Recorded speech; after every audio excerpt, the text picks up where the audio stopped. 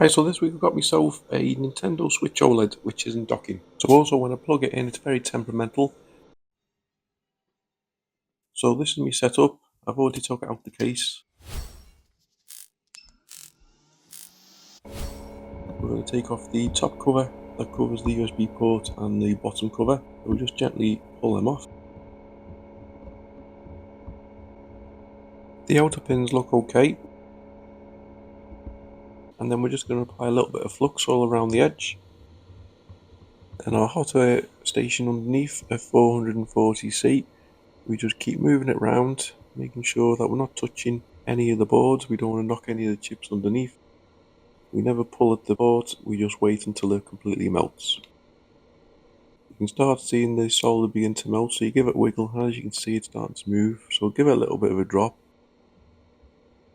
It needs picking up again, and then as we lift it away, we can see that the whole bottom row is ripped off. So I'm hoping that this wasn't me, but if it was, oops. So as we can see, we let it cool down, we give it a clean, and the whole bottom row of pins have all been ripped off. It's 50-50 where I'm taking the blame or it was already like that. As I said, it wasn't docking anyway. But the plus point is we've got little tabs above all of them, so we can scrape away with a sharp knife, and then we'll be able to attach some wire vias to these to be able to make some new contacts. So carefully scratch away all these little tabs. We don't want to be going too excessive. As you're doing it along, just keep wiping it with isopropyl and you'll be able to see it clearing up. Then we'll apply a little bit of solder along the top, and this is going to give us something to be able to get a grounding pad to. Keep cleaning as you go.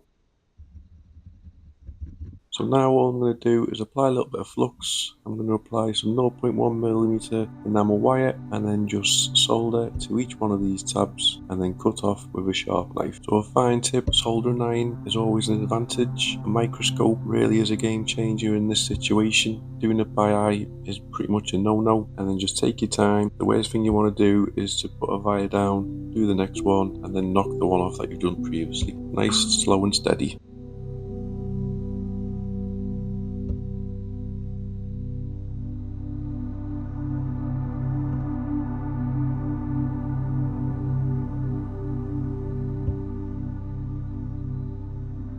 Something I never mentioned before, just make sure that the enamel wire has been pre-tinned, so this way the solder will stick to it. If you don't pre-tin it, the solder may not stick to it.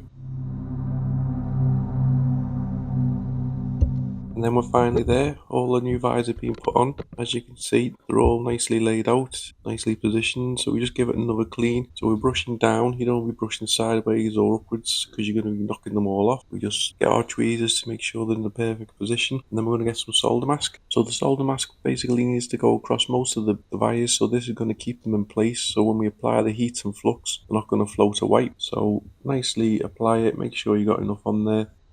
Then we get the UVB bulb on it and then leave it on as long as it takes to solidify. Now as you can see, it's all gone nice and solid, and now what we're going to do is get our knife back out and gently scrape away all the enamel wire. So you want to keep all the parts around it so it keeps it in place. Keep cleaning as you go. So now I'm just applying a little bit of flux along all the pins. I get my hot air station from underneath again, and then we'll apply the same heat, 440, keep moving it. And then we're just going to need to wait until the solder ports are all melted. When they have, we place the new port in, we push down, hold in place, remove the heat, and wait for it to solidify. So on closer inspection, it wasn't the most tidiest of ports to put on. I'm putting it down to the inner pins maybe a little bit higher. So what I decided to do is apply a little bit of flux and then get me small tip soldering iron and go along all the outer pins. Obviously you can't do this with the inner, so we're just going to have to fingers crossed that the inners are actually working. Give that a clean up, put it back into its housing, and then we'll put it into the dock. We'll pop it in, wiggle it into place. We'll have a little look on the screen. And then there we got an outputting Nintendo Switch Oled, thankfully fixed. So thanks very much for watching, please like, comment and subscribe.